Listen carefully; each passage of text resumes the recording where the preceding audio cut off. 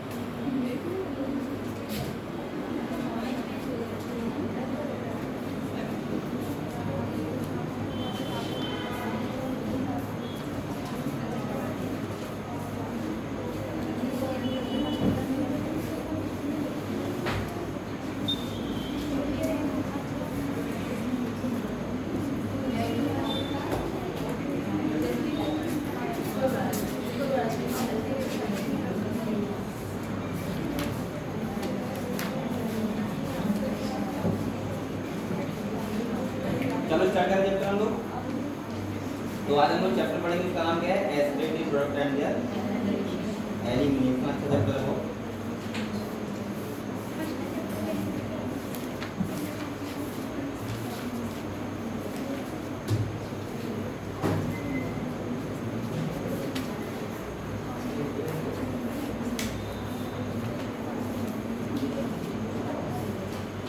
और आप लोगों ने body fluid and circulation of breathing and exchange of gases, सही है? दोनों के आप लोग चेक क्वेश्चन एक बार लगा लो, और कोई भी अगर आपको डाउट होता हो तो मुझसे पूछ लिया करो। और हम लोग जो आज स्टार्ट करेंगे वो नया चैप्टर करेंगे पीडीएफ।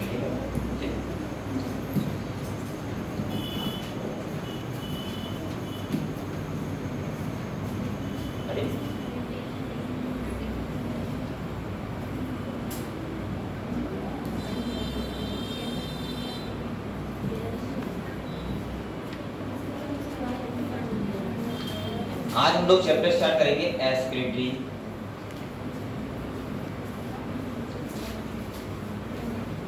Product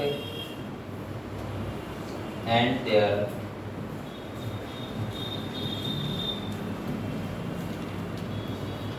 elimination. देखो इस चैप्टर से आपको ये पता लग रहा है कि कहीं ना कहीं एलिमिनेशन का मतलब जानते हो आप लोग? बॉडी से रिमूव करना, एलिमिनेट करना हम बोल सकते हैं, ठीक है? लेकिन आप लोग ये समझ पा रहे हो एक्सक्रीटरी प्रोडक्ट का मतलब क्या है? देखो मैं आपको अगर समझाऊं तो हम लोगों ने अभी तक जो चैप्टर पढ़े हैं ह्यूमन फिजियोलॉजी का, पहला कौन सा पढ़ा है? ब्रीथिंग। आपको पता होगा ब्रीथिंग की अगर हम बात करें तो हमने क्या देखा था? हमने CO2 को रिमूव किया था बॉडी से, ये तो पता है। वो भी तो एक टाइप का हार्मफुल प्रोडक्ट था ना। दूसरा चैप्टर हमने पढ़ा ब्लड सर्कुलेशन, यानी कि हमने पढ़ लिया सर्कुलेशन के बारे में, हार्ट के बारे में पढ़ लिया, हमने आर्टरी वेन्स के बारे में पढ़ लिया, हमने पढ़ लिया कि हमारी बॉडी में कैसे ब्लड सर्कुलेट करता है, ये सब पढ़ लिया। अब हम लोग जो नेक्स्ट चैप्टर पढ़ने जा रहे हैं वो है excretive product and there elimination. इसके बाद पढ़ेंगे लोकोमोशन एंड मूवमेंट, ठीक है? तो इस चैप्टर में हम लोग पढ़ेंगे क्या, पहले ये समझ लेते हैं। हम लोग पढ़ेंगे बेसिकली किडनी के बारे में। किसके बारे में पढ़ेंगे? हम लोग ये पढ़ेंगे किडनी कैसे फंक्शन करती है, यूरिन का फॉर्मेशन हमारी बॉडी में कैसे होता है, और अगर किडनी फेलियर हो जाती है तो क्या हो सकता है, उसके लिए क्या हो सकता है, और बेसिकली हमारी किडनी क्या क्या वर्क करती है। जैसे आपको पता है कि हमारी किडनी यूरिन का फॉर्मेशन करती है, आपको पता होगा, लेकिन मैंने कहा था अगर कोई ऑर्गन ऐसा है जो एस्क्रेटरी पार्ट में इन्वॉल्व हो रहा है, मतलब एस्क्रीशन में हेल्प कर रहा है, तो वो साथ में हेल्प करता है ऑस्मो रेगुलेशन में भी। इसमें हेल्प करता है बेटा, सब बच्चों को सर आ गया, वो हेल्प करता है ऑस्मो रेगुलेशन में। और ऑस्मो रेगुलेशन का मतलब सिंपल सा होता है, आपको पता है कि हमारी बॉडी में जो फ्लूइड होता है उसका ऑस्मोटिक बैलेंस, यानी कि उसमें कितने सॉलिड रहेंगे और कितना सॉल्वेंट रहेगा। अगर मैं दूसरे एंगल से आपको समझाऊं थोड़ा सा, अगर हमारी किडनी मान लिया आउटो रेगुलेट ना होती या ऑस्मो रेगुलेशन का वर्क ना होता, तो बेटा ये कैसे हमें पता लगता कि हम पानी ज्यादा पी रहे हैं कम पी रहे हैं। और बेसिकली पहले सब चलो जल्दी आओ,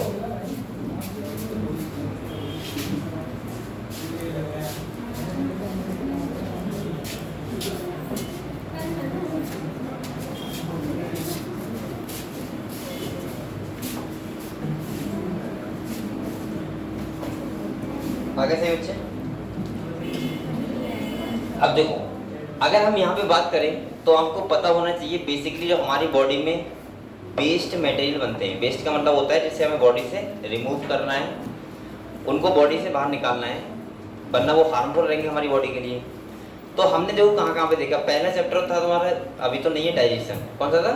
डाइजेशन, जिसमें हम लोग डाइजेस्टिव वेस्ट को बॉडी से रिमूव करते हैं। दूसरा था ब्रीथिंग। अगर मैं वैसे आपको बताऊं तो देखो, अगर पूरा हम समझ लेते एक बार, अगर हम बात करें कि हमारी बॉडी में जो हार्मफुल प्रोडक्ट बनते हैं या वेस्ट मटेरियल बनते हैं, वो कितने टाइप के होते हैं बेटा? 3 टाइप के होते हैं। कितने टाइप के होते हैं? 3 टाइप के। पहला जो होता है वो होता है डाइजेस्टिव वेस्ट,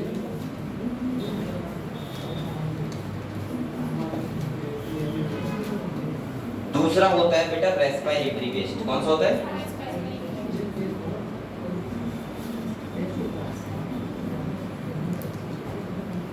और थर्ड जो होता है वो होता है नाइट्रोजनस वेस्ट।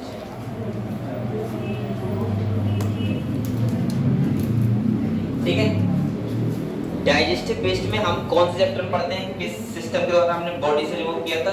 Digestive system.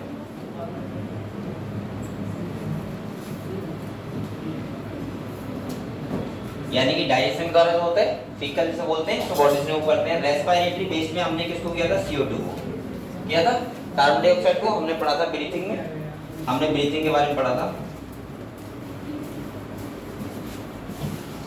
और हम जो यहाँ इस चैप्टर में पढ़ेंगे वो पढ़ेंगे नाइट्रोजनस वेस्ट। और नाइट्रोजनस वेस्ट में बेसिकली हमारी बॉडी में जो बनता है, अच्छा ये इसको हम लोग बोल सकते हैं मेटाबॉलिक वेस्ट। क्या बोल सकते हैं? नाइट्रोजनस वेस्ट एक्चुअली में है क्या? हमारी बॉडी में इतना सारा मेटाबॉलिज्म हो रहा है, बहुत सारी केमिकल रिएक्शन हो रही हैं, और उनसे जो वेस्ट बनना है, जैसे क्या बनता है? अमोनिया। क्या बनता है बेटा? अमोनिया। ये मैं बोल सकता हूँ इसको नाइट्रोजनस वेस्ट, और इसे बॉडी से रिमूव करना वो हम लोग इस चैप्टर में पढ़ेंगे। यानी कि मैं यहाँ बोल सकता हूँ या तो ये अमोनिया हो सकता है, बेसिकली यूरिया की फॉर्म में बॉडी से रिमूव करते हैं, या फिर यूरिक एसिड, और इसे हम लोग मेटाबॉलिक वेस्ट ही बोल सकते हैं। क्या बोल सकते हैं बेटा? Metabolic waste. और इसमें आपको पता है किडनी, गिल्स ये सब काम करते हैं यहाँ पे। और अगर हम बात करें, इसको हम लोग पढ़ेंगे एक्सक्रीटरी सिस्टम में।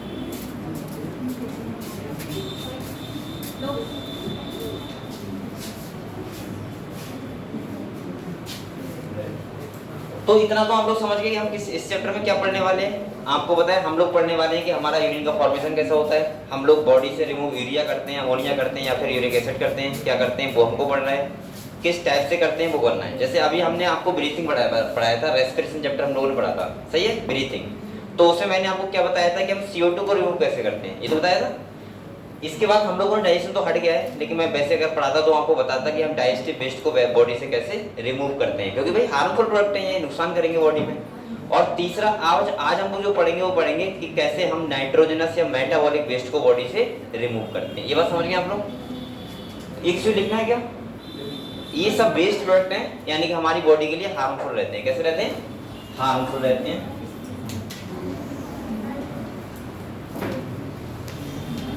और इन्हें बॉडी से क्या करना पड़ता है, रिमूव करना पड़ता है।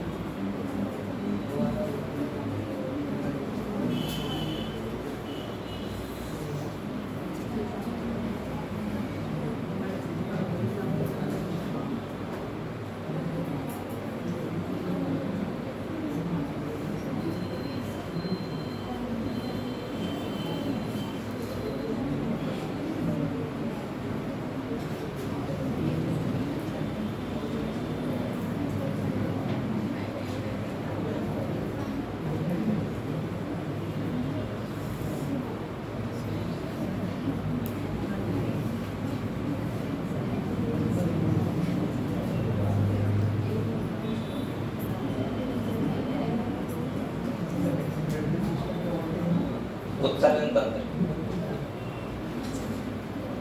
हिंदी में क्या बोलते हैं इसको, उत्सर्जन तंत्र। ठीक है,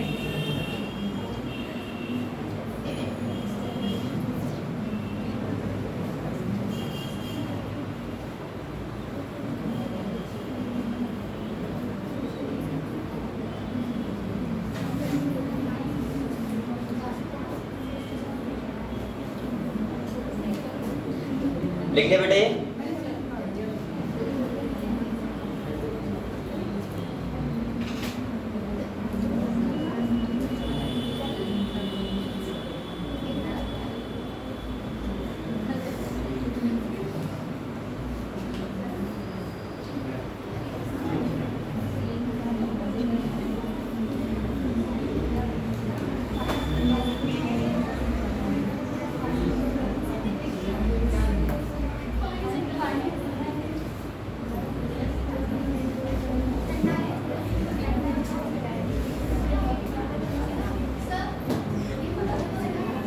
क्या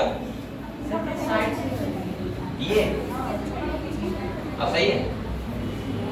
अरे किधर साइड पे होंगे, ठीक है, ऐसे साइड से नहीं कर सकते, ये प्रॉब्लम है।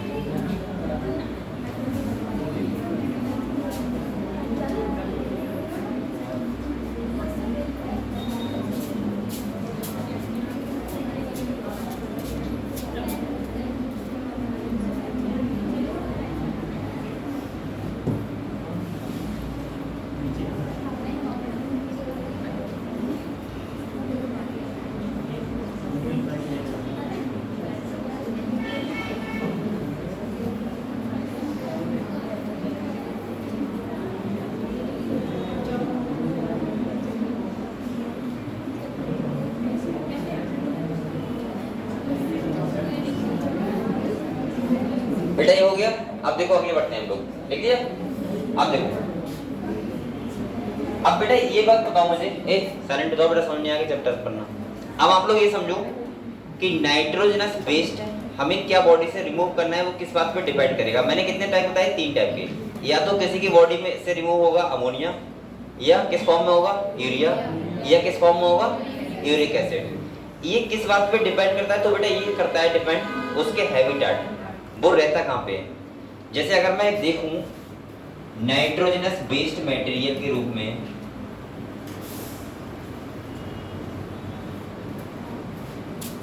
तो ये डिपेंड करता है बेटा उनके हैबिटेट पे। किस पे डिपेंड करता है?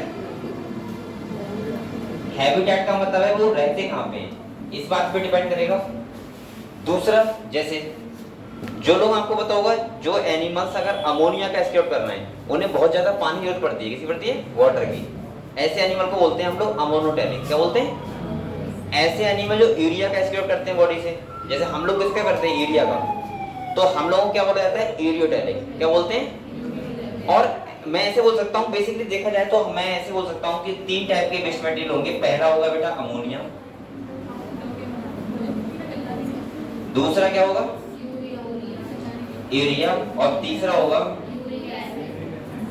Uric acid. मैं ऐसे बोल सकता हूं कि अमोनिया का जो एस्केप करते हैं उनको बोलते हैं अमोनोटैनिक। क्या बोलते हैं बेटा? अमोनोटैनिक एनिमल्स।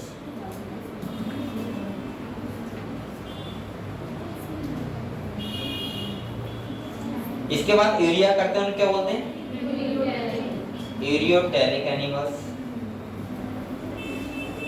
और जो किसका करते हैं, यूरिक एसिड का, उनको बोलते हैं यूरिकोटैनिक।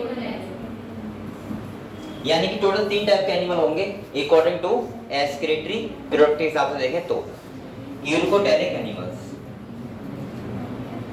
यानी कि धरती पर अगर हम देखें कि उनका एस्क्रेटरी प्रोडक्ट क्या है, क्या बॉडी से वो रिमूव कर रहे हैं, उस बेसिस पे कितने टाइप के होंगे, 3 टाइप के। या तो कोई होगा यूरियोटैनिक, या होगा यूरिकोटैनिक, या होगा अमोनोटैनिक। मैं आपको तरीका बता रहा हूँ। जो एक बात और सुनो आप लोग, जो अमोनिया का करता है वो हमेशा उसके लिए बहुत ज्यादा पानी जरूरत पड़ती है, यानी कि मोर वाटर। वो बेसिकली एक्वेटिक होगा। कैसा होगा? जो यूरिया करता है उसके लिए एवरेज वाटर की जरूरत पड़ती है। पानी होना चाहिए लेकिन जरूरी नहीं बहुत हो, लेकिन बहुत कम भी ना हो। और ये जो रहते हैं, कैसे वाटर रहते हैं बेटा, मिनिमम वाटर, मिनिमम वाटर। दूसरा अगर हम बात करें, अगर ऐसे पूछ लेता है बताओ टॉक्सिसिटी किससे ज्यादा होती है, तो अमोनिया होती है सबसे ज्यादा टॉक्सिक, उसके बाद यूरिया उससे कम, और यूरिक एसिड सबसे कम। तो मैं ऐसे बोल सकता हूँ टॉक्सिसिटी की बात करेगा वो, तो हम लोग यहाँ पे लिख रहे हैं टॉक्सिसिटी देखने को। तो बेटा अमोनिया क्या होगा,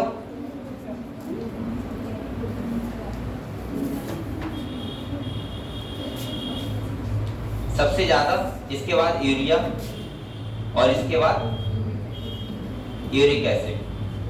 अगर हम तीसरा देखेंगे सर, इसका एग्जांपल क्या होंगे कि कौन अमोनिया करता है, कौन किसका करता है, यूरिया का, कौन यूरिक एसिड का। तो आप लोग देख सकते हो, अगर हम अमोनोटैनिक की बात करें तो बेसिकली मैंने कहा था ये एक्वेटिक होंगे। कौन होंगे?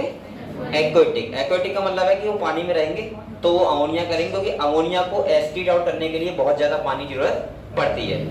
जैसे यहाँ पे देखें तो फिशिस, और फिशिस में आएंगी कौन सी, बोनी फिशिस। कौन सी आएंगी बेटा, बोनी फिश हो गई। इसके बाद एक्वेटिक आर्थ्रोपोड्स हो जाएंगे, और साथ में बेटा हो जाएंगे एक्वेटिक एम्फीबियंस। इसके खाली एग्जाम्पल इंपॉर्टेंट है, यहाँ पे बकाया सब बातें बेसिकली बच्चों को पता होती हैं, लेकिन एग्जाम्पल इसके क्या है, इंपॉर्टेंट है, बच्चे बेसिकली भूल जाते हैं। एक्वेटिक एम्फीबियंस, एम्फीबियंस जानते हो हम लोग क्या किसे बोलते हैं, जो पानी और धरती दोनों पर रहते हैं, लेकिन जो एक्वेटिक होंगे वो अमोनिया करेंगे। अगर मैं यूरिया की बात करूं, सबसे पहले तो हम ही आ जाएंगे, मैमल्स।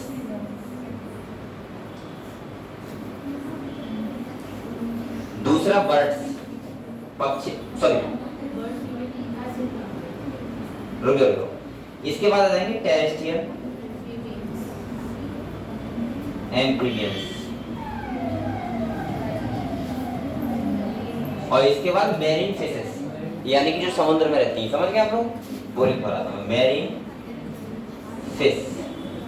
ये कौन कैसे करती हैं, यूरियोटैनिक। और अगर हम इसकी बात करें यूरिकोटैनिक की, तो इसमें बर्ड्स आ जाएंगे, और साथ में क्या आ जाएंगे, रेप्टाइल्स आ जाएंगे। ठीक है, ये ध्यान रखना आप लोग। हाँ, लैंड से भी आते हैं। फिलहाल में आप लोगों को मेन है वो ध्यान रखना है, क्योंकि बहुत बच्चे ध्यान रखते हैं कि एक्वेटिक अगर होगा तो वो किसमें, वो क्या करेगा, अमोनिया का। लेकिन बेटा फिजिक्स में यहाँ पे ध्यान रखना, क्योंकि बच्चे मिस्टेक पता है कहाँ पे करते हैं, और ये नीट में क्वेश्चन मुझे लग रहा है यहाँ से आ ही जाएगा। आप लोग ध्यान क्या रखना है आपको, ये देखो, एक तो आप लोग यहाँ पे स्टार बनाओ यहाँ पे, और दूसरा बनाओ यहाँ पे। और तीसरा ये तो आपको ध्यान रहेगा एम्फीबियंस है तो एक्वेटिक किसका करेंगे, अमोनिया का, और टेरेस्ट्रियल किसका करेंगे, यूरिया का। और यहाँ पे जो है बोनी मैरिन फिश, सॉरी यहाँ पे सर नो, ये तीन बातें आपको ध्यान रखना वरना ये गड़बड़ हो जाएगा, ठीक है। तो ऐसे करके हम बोल सकते हैं, अगर मैं इसका पूरा आपको और बताऊं, जो वाटर में रहेंगे यानी कि पूरी तरीके से मैरीन होंगे वो कैसे करेंगे, अमोनिया। जिसके पास पानी ज्यादा भी नहीं होगा कम भी नहीं होगा, एवरेज होगा, तो वो कैसे करेंगे, यूरिया। और तीसरा जहां पे पानी की बहुत कमी होती है, मतलब बहुत कम हो सकता है उनके पास, तो वो कैसे करते हैं, यूरिक एसिड का। क्योंकि अमोनिया को बॉडी से रिमूव करने के लिए बहुत ज्यादा पानी जरूरत पड़ती है, यूरिया को उससे कम, और यूरिक एसिड को बिल्कुल कम, ठीक है। तीसरा एग्जाम्पल मैंने जो लिखवाया है बस ये ध्यान रखना, क्योंकि नीट में आपसे यही पूछे जाएंगे, बकाया आपसे नहीं पूछे जाएंगे, ठीक है। लिख लो आप लोग दीजिए। और टॉक्सिसिटी अगर पूछेगा सबसे ज्यादा टॉक्सिक क्या होगा, अमोनिया, सेकंड नंबर पे यूरिया, और तीसरे नंबर पे यूरिक एसिड। और अगर आपसे पूछा जाए किस बात पे डिपेंड करता है कि इनका एसिडिटी डॉट क्या होगा, तो हैबिटेट, कि वो रहे कहाँ पे रहे, ठीक है, इस बात पे डिपेंड करता है।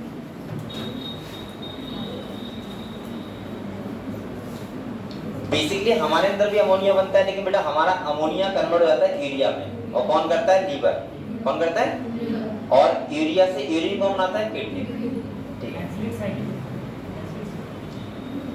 क्रेब हैंसलेट साइकिल नहीं, वो तो अलग है, यूरिया साइकिल बोलते थे उसको, ऑर्निथिन साइकिल, ये पहले पढ़ा जाता था, खत्म कर दिया है।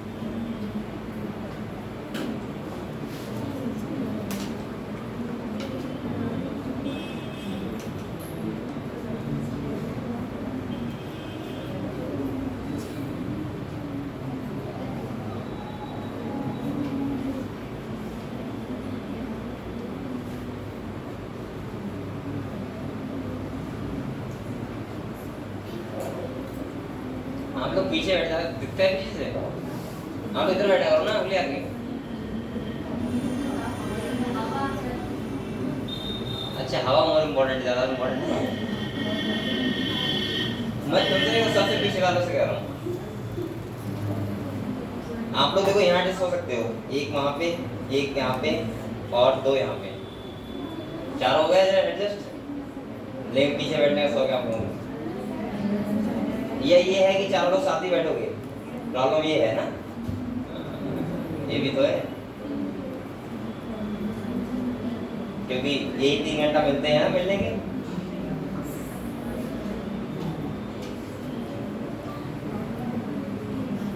पढ़ाई की फोकस करो, दोस्ती ना बहुत ज्यादा,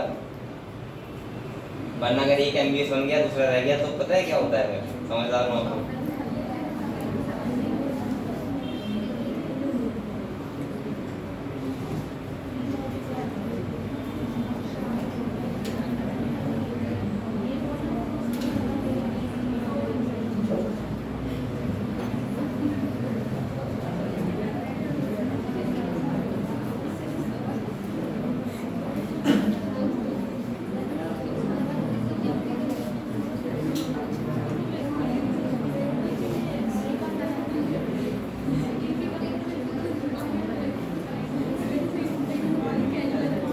बात मत करो, लिखो, लिख लिया तो याद करो बैठ।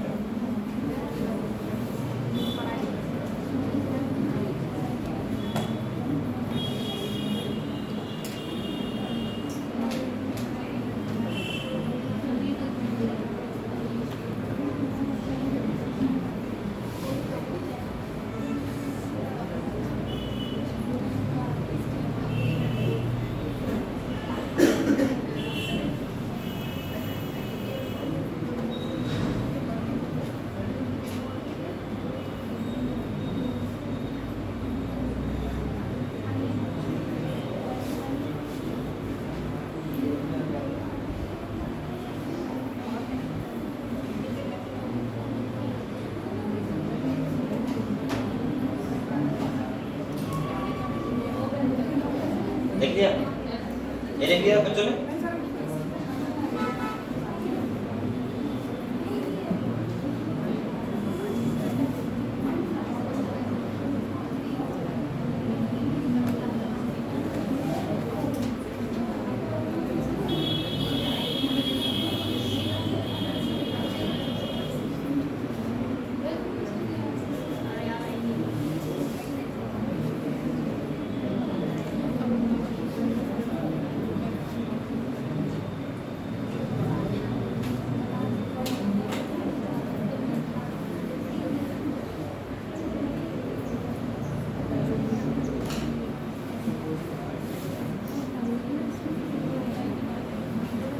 अब देखो मैंने आपको बताया कि according to nitrogenous based material यानी कि हैबिटेट किस में रह रहे हैं उस हिसाब से क्या नाइट्रोजन बेस्ड मटेरियल का हो सकता है। किसी का अमोनिया होगा, कोई यूरिया एसिड करेगा, कोई यूरिक एसिड करेगा।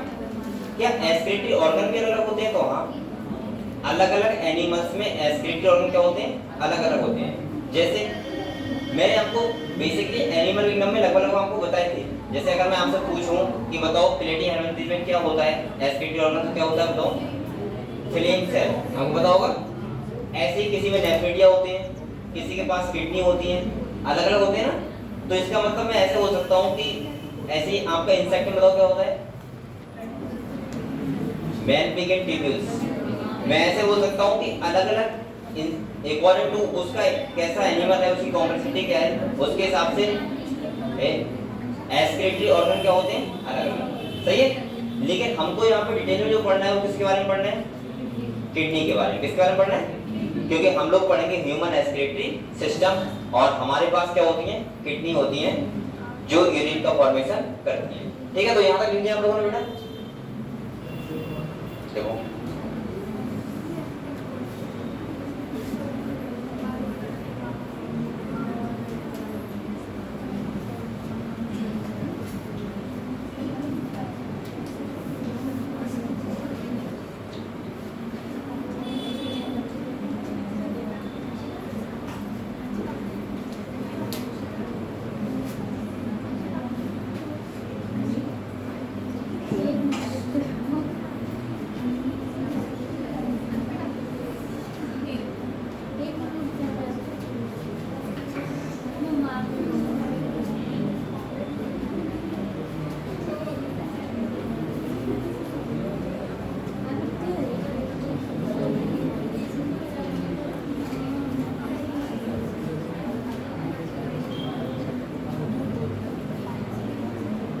अब देखो आप लोगों ने ये समझ लिया कि क्या बेस्ट मटेरियल हो सकता है किसी एनिमल का।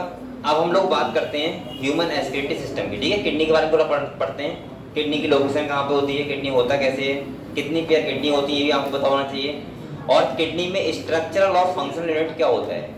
तो बेसिकली हम लोग किडनी में पढ़ेंगे नेफ्रॉन के बारे में। किसके बारे में पढ़ेंगे? नेफ्रॉन। याद रखूंगा, हो गया? ठीक है, तो अब हम लोग बात कर रहे हैं बेटा ह्यूमन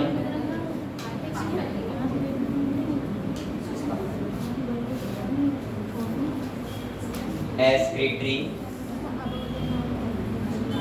सिस्टम। तो ह्यूमन के पास बेटा क्या होता है? किडनी। क्या होता है?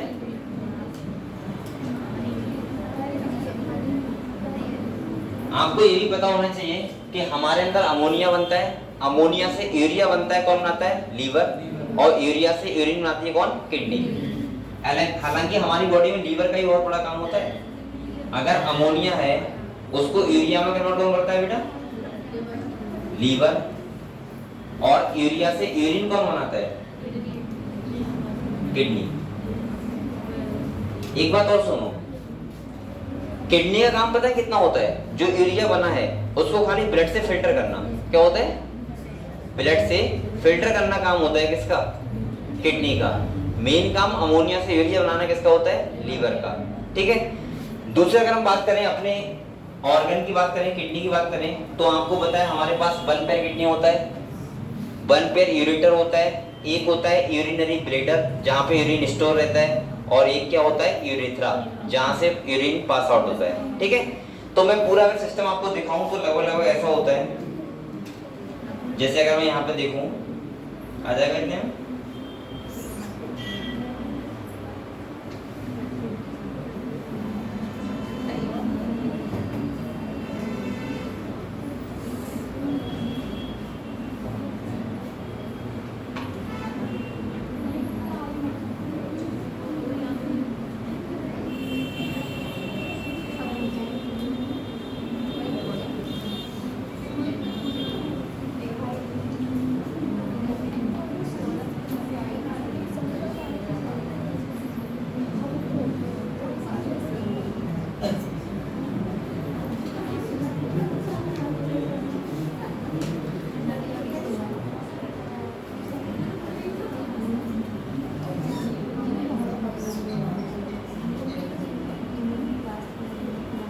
ऐसे कुछ किडनी होता है हमारा बीन से।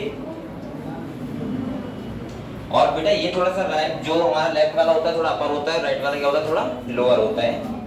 ऐसे करके एक किडनी होता है और यहाँ से निकलता है, ऐसे बोल सकता हूँ।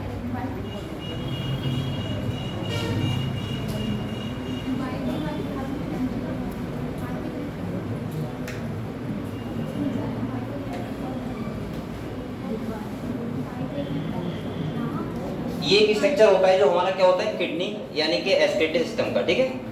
जैसे अगर मैं यहाँ पे लेबलिंग करूँ तो आपको पता होना चाहिए ये क्या है, किडनी है।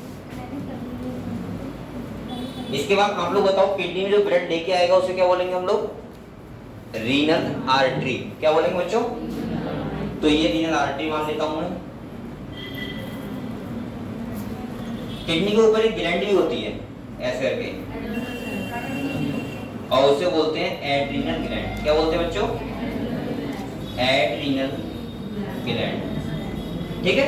हम मेन तो यहाँ पे ये पढ़ेंगे काउंटर करंट मैकेनिज्म और यूरिन फॉर्मेशन। अभी तो मैं आपको बेसिक बता रहा हूँ तो आप लोग समझ लो खाली। तो रीनल आर्टरी हो गया। इसके बाद जो ब्लड को लेके जाएगी उसे क्या बोलेंगे बेटा, रीनल वेन, ठीक है। जो ब्लड को लेके जाएगी किडनी से उसे क्या बोलेंगे, रीनल वेन, और जो लेके आएगी उसे क्या बोलेंगे, रीनल आर्टरी। अगले अगर हम बात करें तो ये यूरेटर होते हैं। यूरेटर का काम होता है जो यूरिन यहाँ बन रहा है, सुनो, उसको यहाँ पे लेके आना, तो उसको बोलते हैं यूरेटर। क्या बोलते हैं, यूरेटर। बताओ कितने हैं, 2। और किडनी कितनी है हमारी, ये भी 2 हैं, यानी कि 1 पेयर। और बेटा ये क्या होता है, यूरिनरी ब्लैडर। क्या होता है, जिसमें यूरिन क्या रहता है, स्टोर, मतलब यूरिन बनता रहता है, यहाँ पे स्टोर होता रहता है। जब 400 से 500 ml हो जाता है तो स्ट्रेचिंग होता है, हमें क्या लगती है, ठीक है। इसके बाद देखो यहाँ पे ये क्या होता है, यूरेथ्रा। क्या होता है, यूरेथ्रा का मतलब होता है जहां से यूरिन पास आउट होता है, और यहाँ एक स्पिंचर भी लगा होता है जिसे बोलते हैं यूरेथ्रल स्पिंचर। क्या बोलते हैं, स्पिंचर।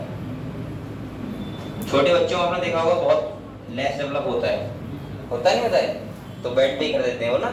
तो ये यूरेथ्रल स्पिंचर हो गया, ये यूरिनरी बेड। तो ये ऐसे हमारा बना होता है पूरा ह्यूमन एस्केलेटरी सिस्टम। अच्छा, किडनी का लोकेशन कहाँ पे होता है, तो आपको पता है थोड़ा सा डॉर्सल साइड में। कैसे होता है, तो मैं यहाँ पे लोकेशन थोड़ा लिख दे रहा हूँ आपको। ये देखो, डॉर्सल साइड में होता है। अगर हमसे एग्जैक्ट पूछा जाए, अगर आपसे कहा जाए बताओ ऐसे कैसे बताओगे कहाँ पे है, तो आप बोलोगे लास्ट थोरेसिक वर्टिब्रा से थर्ड लंबर वर्टिब्रा तक, ठीक है। तो मैं ऐसे बोल सकता हूँ लास्ट थोरेसिक वर्टिब्रा से, लास्ट थोरेसिक वर्टिब्रा से टू थर्ड लंबर वर्टिब्रा। बेटा ये क्या है, अगर वर्टिब्रा आपको समझ नहीं आ रहा है तो मैं भी थोड़ा बताऊंगा, थोड़ा सा बता दे रहा हूँ। आपने देखा होगा हमारा जो पीछे वर्टिब्रल कॉलम है, ये टोटल यानी कि मैं बोल सकता हूँ 3 2 5 टाइप की वर्टिब्रे से मिलकर बना है, छोटी छोटी बोन से। पहली होती है सर्वाइकल, जो गर्दन वाला रीजन में होती है। इसके बाद होती है थोरेसिक, इसके बाद लंबर, और इसके बाद सैक्रल और कोकाजियल। तो मैं ऐसे बोल सकता हूँ कि लास्ट थोरेसिक का मतलब है लगभग थोरेसिक, हमारा थोरेसिक चैम्बर जहाँ तक है उसके नीचे लास्ट वाला वर्टिब्रा से, और लंबर की थर्ड वर्टिब्रा तक हमारी किडनी आती है। इसका साइज किडनी का हमको कितना लगता है, 10 से 12 सेंटीमीटर लंबी होती है, यानी इतनी लंबाई होगी लगभग में, और चौड़ाई जो होती है 2 से 3 सेंटीमीटर, यानी इतनी। तो ज्यादा बड़ी नहीं होती किडनी, छोटी सी एक ऑर्गन होता है, इतना बड़ा मान लो। और बेसिकली तो ये ध्यान रखना है आपको।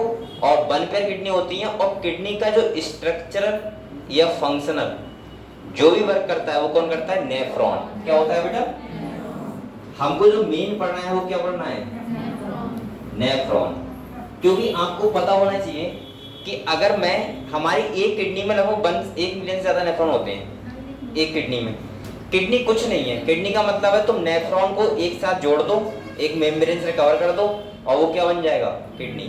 किडनी को बोल सकता हूँ गुच्छा ऑफ नेफ्रॉन। नेफ्रॉन का गुच्छा क्या होगा, किडनी। जैसे मैंने कहा था लंग्स कुछ नहीं है, लंग्स में क्या है भाई, एल्वेलाई और ब्रोंकियल्स वगैरह, उन सबको एक मेम्ब्रेन से कवर कर दिया, क्या बन गया, लंग्स। ऐसे ही हमारे किडनी में कुछ है तो ना, किडनी में क्या है, नेफ्रॉन, यानी कि जो मेन काम कर रहा है वो कौन कर रहा है, नेफ्रॉन कर रहा है। और नेफ्रॉन ही होते हैं structural functional unit of kidney. तो मैं ऐसे बोल सकता हूं कि नेफ्रॉन ही होते हैं structural and functional unit of kidney. मैं किडनी के बारे में सिंपल सी बोल सकता हूं कि अगर मैं नेफ्रॉन की स्टडी कर लिया, एक नेफ्रॉन के बारे में पढ़ लिया कि वो कैसे फंक्शन कर रहा है, कैसा उसका स्ट्रक्चर है, तो उसका मतलब भाई हमने किडनी के बारे में पढ़ लिया। समझ गए आप लोग? एक किडनी में 1 मिलियन से ज्यादा नेफ्रॉन होते हैं और आप लोग ये समझ सकते हो कि किडनी के अंदर और कुछ नहीं है, नेफ्रॉन ही है बस खाली। और नेफ्रॉन कैसे होते हैं उनको हम लोग पढ़ेंगे। समझ गए आप लोग?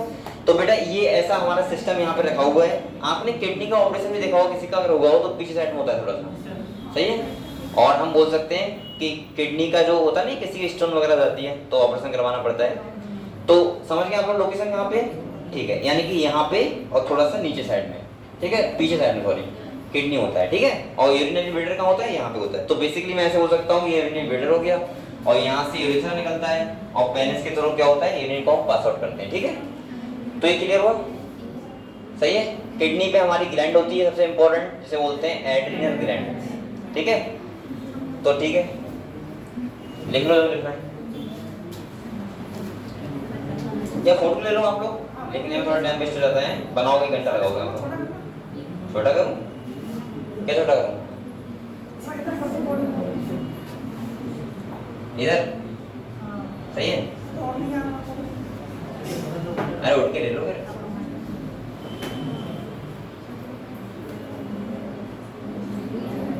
चलो जल्दी, अगर कुछ लेवल करना है जल्दी कर लो।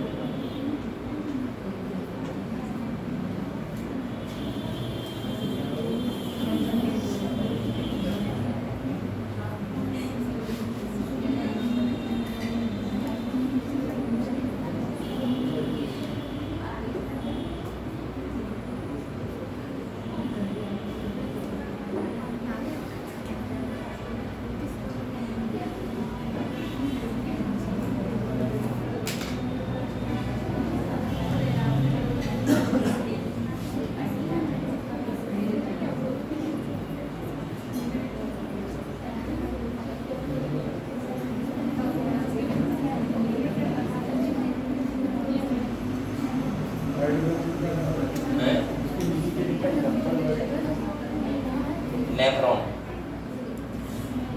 थर्ड नंबर वर्टिब्रा, ये वाला ही है।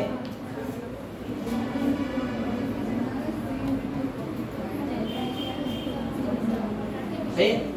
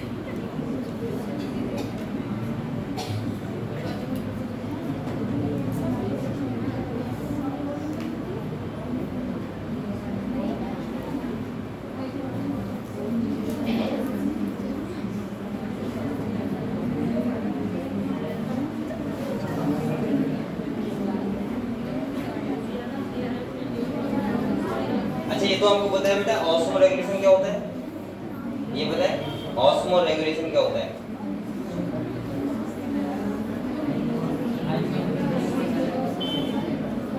हाँ बताओ। ऑस्मो रेगुलेशन आप लोग समझ सकते हो। देखो मैं सिंपल भाषा में बताऊँ आपको। जैसे मान लीजिए आपका ब्लड है, ठीक है, आप ब्लड का एक कंसंट्रेशन होता है, एक ऑस्मोलैरिटी होती है कि ब्लड, अरे हिंदी में बताऊँ तो कितना गाढ़ा कितना पतला रहना है, ये समझ गए। अब आपने कभी ये देखा कि आपने, अब देखो एक बात समझो आप लोग, बेटा ध्यान सुनो पहले, आपने पानी पिया तो क्या आपको लगता है कि मेरा पानी किडनी के पास जा रहा है डायरेक्ट? नहीं, ये पानी सारा आपका ब्लड में जा रहा है। कहाँ जा रहा है? ब्लड में। तभी तो मैं कहता हूँ पानी ज्यादा पीना चाहिए। ये पानी आपको कहाँ मिलता है? ब्लड में जाके मिलता है, हमारी एलिमेंट्री ग्लैंड से एब्जॉर्प्शन होता है और कहाँ मिलता है? ब्लड में। और ब्लड के बाद ही किडनी द्वारा फिल्टर होता है। किस द्वारा होता है? किडनी द्वारा। अब आप लोग एक बात मुझे बताओ, देखो किडनी हमारी ऑटो रेगुलेट भी होती है, आपको पता नहीं लगता उस बात का। दूसरा, किडनी आपको ये तो पता ही, चलो यूरिन का फॉर्मेशन करती है आपको पता है, लेकिन ये एक और काम करती है, इसे बोलते हैं ऑस्मो रेगुलेशन। सही है? क्या आपने कभी ये देखा कि आज मैंने पानी कम पिया तो मेरा ब्लड गाढ़ा हो जाएगा, या मैंने पानी ज्यादा पी लिया तो पतला हो जाएगा? ऐसा नहीं होता है। हमारा ब्लड की ऑस्मोलैरिटी जो रहेगी वही रहेगी, और वो काम कौन करता है? किडनी। अभी आपको ये थोड़ा और मैं आपको ये पहले लिख कर समझा रहा हूँ, नीचे थोड़ा सा, फिर आपको और इंटरेस्ट आएगा।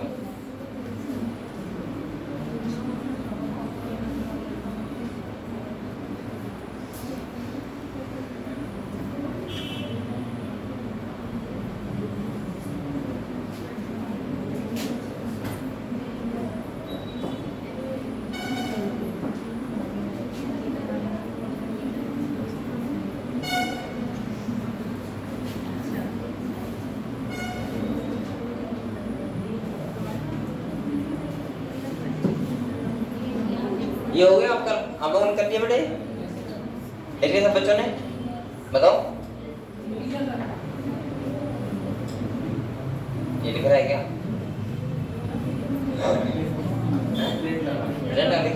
चलो बेटा एक बात बताओ आप लोग मुझे, ये एक तो किडनी का काम होता है यूरिन का फॉर्मेशन, ठीक है, मैं ऐसे बोल सकता हूँ पहला काम जो होता है वो होता है यूरिन फॉर्मेशन, यानी कि बॉडी से यूरिया को रिमूव कराना, यानी कि ब्लड से हटाना, ठीक है, ये काम होता है किडनी का। दूसरा काम होता है ऑस्मो रेगुलेशन। थोड़ा समझ लो, इसके बाद अच्छा लगेगा आपको। देखो एक बात सुनो आप लोग, बेटा जैसे मैंने कहा आपने पानी पिया और आपको बताया आपकी बॉडी के अंदर 5 से 6 लीटर ब्लड है, ये तो पता है आपको, और जो किडनी यूरिन का फॉर्मेशन कर रही है, यानी किडनी ब्लड से फिल्टर कर रही है, अगर किडनी ऑटो रेगुलेट ना होती, मान लो आप लोग एक बार को कि नहीं होती है, ऑटो रेगुलेट नहीं करती किडनी, या ऑस्मोलैरिटी का फंक्शन ना करती, तो क्या होता? अगर आपको 5 लीटर पानी पीना होता तो आपको बेटा डेली 5 लीटर पानी पीना पड़ता। अगर आप एक गिलास भी कम पीते ना तो उसका मतलब ये होता कि आपका 1 गिलास ब्लड कम हो जाता। ये समझ में आया आपको? जैसे अगर मान लीजिए आपका माउथ यहाँ पे है, सपोज मानो, और आपका बेटा बीच में ये है ब्लड, क्या है, और यहाँ से मैं कुछ, अब ये 5 से 6 लीटर यहाँ भरा हुआ है, कितना है? 5 से 6 लीटर, और ये क्या है? किडनी। अब ये फिल्टर कर रहा है, आप लोग बताओ यहाँ से ये फिल्टर कर रहा है, अगर यहाँ पे ये 1.5 लीटर यूरिन बना रहा है पर डे, कितना बना रहा है? 1.5 लीटर बना रहा है पर डे। तो बेटा एक बार बताओ, अगर किडनी हमारी ऑटो रेगुलेट ना होती, क्या नहीं होती, तो अगर नहीं होती तो इससे क्या फर्क पड़ता है कि आपने पानी कितना पिया है? कोई फर्क नहीं पड़ता। किडनी तो 1.5 लीटर बनाती। इसका मतलब अगर आप मान लिया आज पानी नहीं पीते तो इसका मतलब यह है कि आज सारा ब्लड हमारा निकल जाता यूरिन की तरह, लेकिन ऐसा नहीं होता है। इसका मतलब यह है कि आपने पानी कम पिया है तो यूरिन कम बनेगी, लेकिन हमारा ब्लड कितना रहेगा? उतना ही रहेगा। या अगर आपने पानी ज्यादा पिया है उसका मतलब यूरिन ज्यादा बनेगी लेकिन आपका ब्लड उतना ही रहेगा। इसका मतलब ये है कि हमारी किडनी को पता रहता है हम पानी कम पी रहे हैं ज्यादा पी रहे हैं। ये बात जो उसका इसका होता है कि ये मेंटेन रखना ब्लड का ऑस्मोलैरिटी कंसंट्रेशन बोल सकता हूँ, या मैं बोल सकता हूँ आयनिक बैलेंस, वो सब मेंटेन रखना क्या कहलाता है? Osmo regulation. और ये भी बहुत इंपॉर्टेंट वर्क है जो कौन करता है? किडनी। समझ गए? अब हम दूसरा समझते हैं। किडनी का जो मैंने अगले बताया था आपको, क्या बताया था, नेफ्रॉन। तो हम लोग थोड़ा नेफ्रॉन की बात करते हैं, इसके बाद हम लोग पढ़ते रहेंगे किताब, ठीक है। चलो, अगर मैं आपसे यहाँ पे नेफ्रॉन की बात करूँ,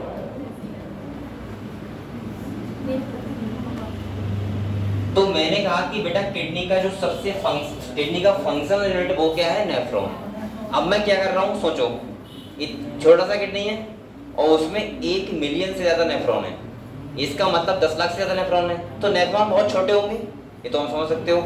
लेकिन मैं एक नेफ्रॉन को निकाल के और मैं उसका स्ट्रक्चर बना के मैं समझा रहा हूँ, और हम लोगों ने अगर एक नेफ्रॉन का फंक्शन पढ़ लिया तो इसका मतलब हमने पूरी किडनी का फंक्शन पढ़ लिया, ये समझ गए हम लोग। तो सबसे पहले हम लोग समझते हैं किडनी का जो नेफ्रॉन होता है वो क्या होता है, फंक्शनल यूनिट।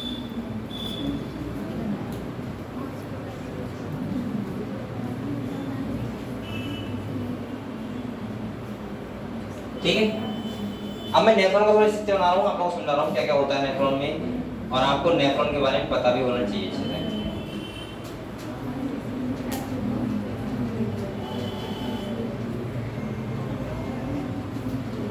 और इसी के बारे में हम पूरे चैप्टर में पढ़ते रहेंगे बस।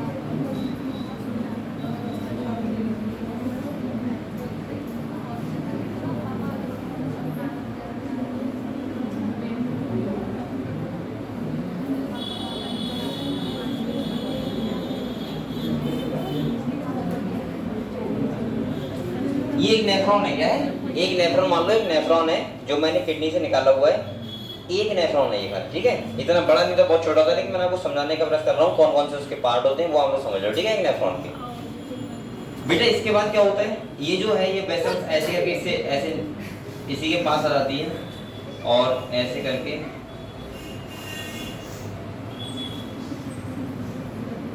ये जाल जैसा बनाती है, और चलो इतना रहने देना, अब आप समझो यहाँ पे देखो, एक जो ये वाला होता है यहाँ से ब्लड आता है, क्या आता है, ब्लड आता है, और ब्लड आके यहाँ पे क्या होगा, फिल्टर होगा, और फिल्टर होके कहाँ आएगा, यहाँ पे, जो मैं कहता हूँ नेफ्रिक फिल्ट्री, वो इसमें जाता है। ये जो ब्लड आता है उसको बोलते हैं अफरेंट आर्टियोल, क्या बोलते हैं, अफरेंट आर्टियोल। पहले समझ लो बेटा, क्योंकि पूरे में चैप्टर में इसकी बात करूंगा खाली अब, तो ये डायग्राम आपको अच्छे से समझ जाओ। मैं कहूंगा पीसीटी, डीसीटी, हेलो, तो हम लोग एक ही बारे में क्लियर हो जाए, क्योंकि इस चैप्टर में हम लोग इसी के बारे में पढ़ेंगे बस। अब किडनी के बारे में जितना पढ़ना था वो स्ट्रक्चर वो दिखा दिया मैंने, अब इसी के बारे में पढ़ेंगे पूरे चैप्टर में, ये कैसे फंक्शन करता है। इसके बाद बेटा ये वाला अफरेंट, तो ये वाला कौन सा होगा, इफरेंट आर्टियोल।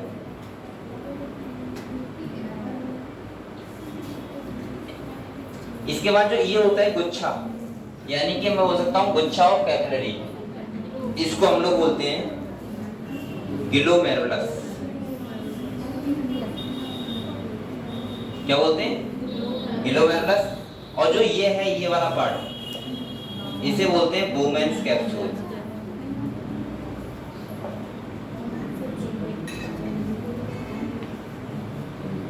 ठीक है, इसके बाद जो ये पहला वाला पार्ट है ये घुमा हुआ है, इसको बोलते हैं बेटा पीसीटी। क्या बोलते हैं, इसका फुल फॉर्म होता है प्रोक्सिमल कॉन्वोल्यूटेड ट्यूब्यूल्स। दिख रहा है आपको, वो दिख रहा है ना, सही है। इसके बाद जो ये नीचे वाला पार्ट है, नीचे आया ये देखो, यहाँ से ये ऐसे आया है ना, ऐसे करके और इसके बाद नीचे आ रहा है ये पूरा पता है क्या होता है। इसके बाद ऊपर जाता है फिल्टर, ये आपको समझ में आ जाएगा क्यों ऊपर नीचे हो रहा है, ये सब क्लियर होगा। पहले आप लोग खाली पार्ट के बारे में समझ लो कि कौन कौन से पार्ट हैं। देखो ये क्या है, इतना हिस्सा बोलते हैं इसको हेलेडू। क्या बोलते हैं, तो ये नीचे आ रहा है इसको बोलेंगे डिसेंडिंग हाईली लूप, और जो ऊपर जाता है उसको बोलते हैं असेंडिंग हाईली लूप। तो ये जो ये वाला पार्ट होगा इसको बोलेंगे DHL। क्या बोलेंगे बेटा? इसका मतलब होगा डिसेंडिंग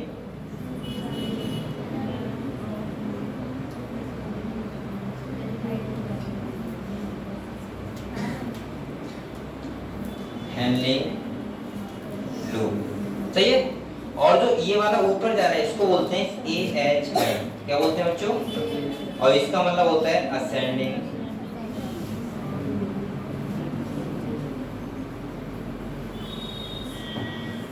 हैंडलिंग लूप, इस वाले, ठीक है।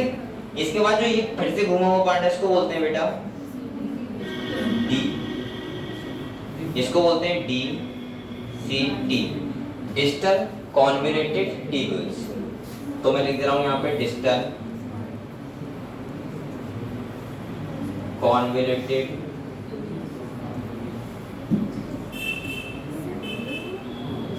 ट्यूब्यूल्स। और जो ये वाला पार्ट है ये है कलेक्टिंग डक्ट।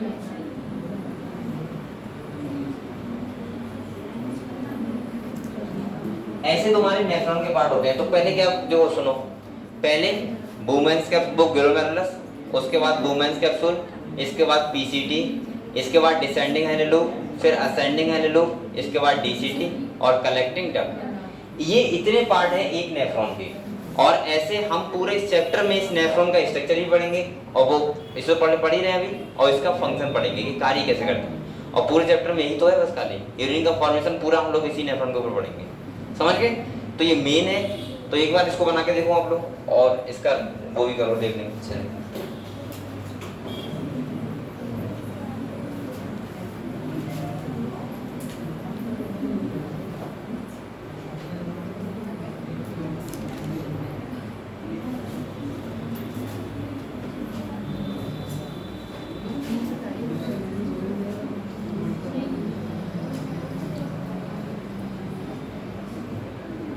आप लोग बेटा कॉपी बना रहे हो सब बच्चे? कॉपी बनाते रहना, क्योंकि ये आपको वहाँ बहुत हेल्प करेगी कॉपी, जब आप मीट के पास आ रहे हो बिल्कुल। क्योंकि ये काम के हर चैप्टर के स्मार्ट नोट्स बने होने चाहिए। किताब है वो तो है ही है, लेकिन आपका शॉर्ट नोट मैं बोल सकता हूँ इसको। शॉर्ट नोट का मतलब बहुत शॉर्ट लिखा होना चाहिए क्या क्या इंपॉर्टेंट है चैप्टर का। और इसके लिए आप लोग कॉपी लेके आया करो, बल्कि मैं यहाँ पे सब कुछ आपको जो इम्पोर्टेंट होता है लगभग लिखवाता हूँ यहाँ पे। तो आप लोग इतना वॉइस करते रहो कि साथ साथ ही लिखते रहो, तब भी आपको फायदा होगा, ठीक है।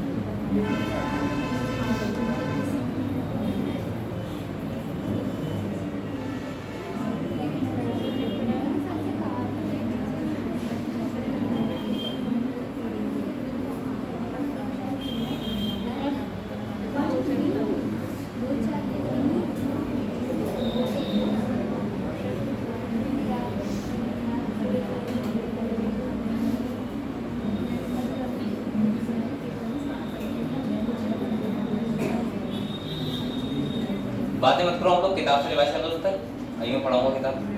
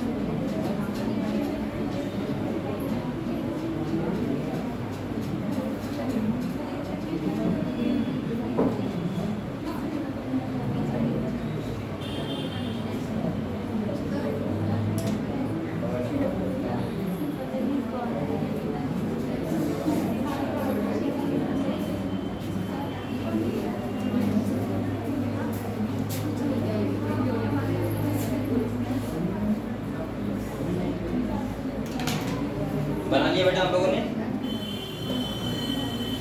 बना लिया ये?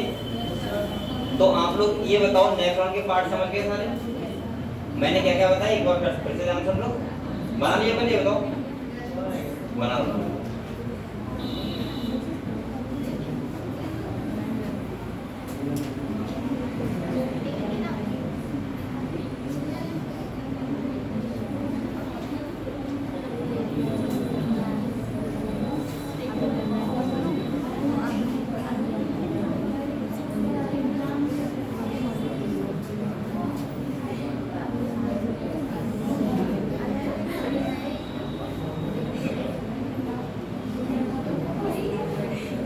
एक बातें कर रहे हैं।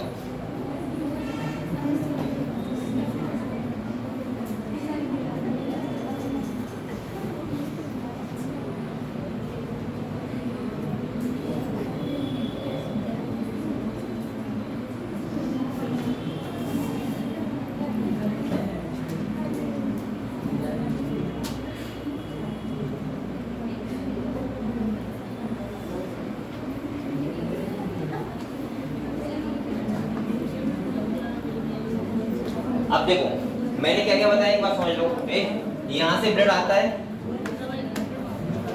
इसके बाद मैंने आप लोगों को बताया ये होता है एफरेंट आर्ट्रियोल, ये गुच्छा ऑफ कैपिलरी, कैपिलरी गुच्छा क्या कहलाता है बेटा, ग्लोमेरुलस। इसके बाद जो ये वाला पोर्शन होता है, ये वाला इसे बोलते हैं बुमेन्स कैप्सूल। इसके बाद ये है जो घुमा हुआ पीसीटी, ये होता है डिसेंडिंग एनेलूब और ये होता है असेंडिंग एनेलूब। इसके बाद ये हो गया डीसीडी, डिस्टल कॉन्वोल्यूटेड ट्यूब्यूल, और इसके बाद ये क्या होता है कलेक्टिंग डक्ट। और फाइनली जो यूरिन का फॉर्मेशन होता है वो कहाँ हो जाता है, यहाँ पे आके, ठीक है। और यहाँ पे देखो ऐसा क्या होता है, मैं आपको बता दूं, यूरिन का फॉर्मेशन 3 स्टेप में होता है। पहला होता है अल्ट्रा फिल्ट्रेशन, दूसरा होता है सेलेक्टिव रीएब्जॉर्प्शन और तीसरा होता है सीक्रेशन। तो बेसिकली जो हमारा जो पहला पोर्शन है ये वाला, ये वर्क करता है अल्ट्रा फिल्ट्रेशन का, और बकाया हम लोग पढ़ेंगे रीएब्जॉर्प्शन क्या होता है, ठीक है, बाद में पढ़ेंगे। पहले थोड़ा किताब पढ़ लेते हैं क्या क्या लिखा हुआ है, ठीक है। आज पूरा क्लास में यही चला हो गया, चलो ठीक है। तो देखो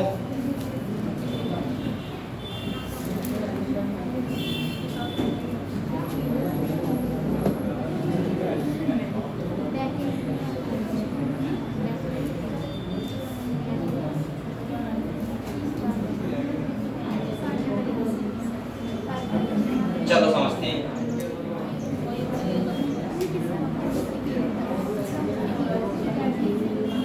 अब बातें कर रहा हूँ, देखो कह रहे हैं चैप्टर का नाम है excretory product and there elimination, यानी कि कौन कौन से हमारी बॉडी में एक्सक्रीटरी प्रोडक्ट बनते हैं और उनको एलिमिनेट हम लोग कैसे करते हैं, वो पढ़ना है इस चैप्टर में।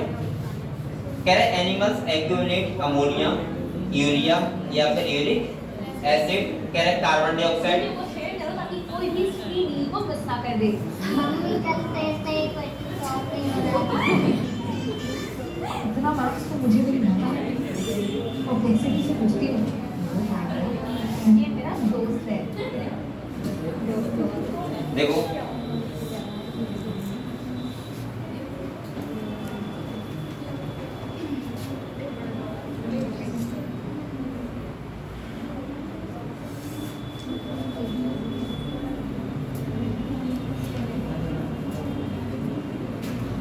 Animals accumulates ammonia, urea, uric acid या फिर carbon dioxide, water and ions like sodium, potassium, chloride, phosphate, sulphate etc। सही है, ये सब चीजें एक्यूमुलेट होती हैं हमारे ब्लड में।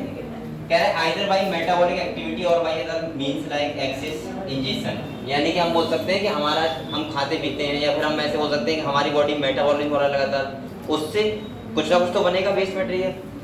कह रहा है बेटा these substance have to be removed totally और पार्शियली, यानी हमें बॉडी से क्या करना पड़ता है, रिमूव करना पड़ता है, या तो टोटली करेंगे या फिर थोड़ा कम करेंगे। कह रहा है in this chapter you will learn the mechanism of elimination of these substances with special emphasis on common nitrogenous waste, यानी हम बोल सकते हैं इनको हम लोग मिला के क्या बोलते हैं, नाइट्रोजनस वेस्ट।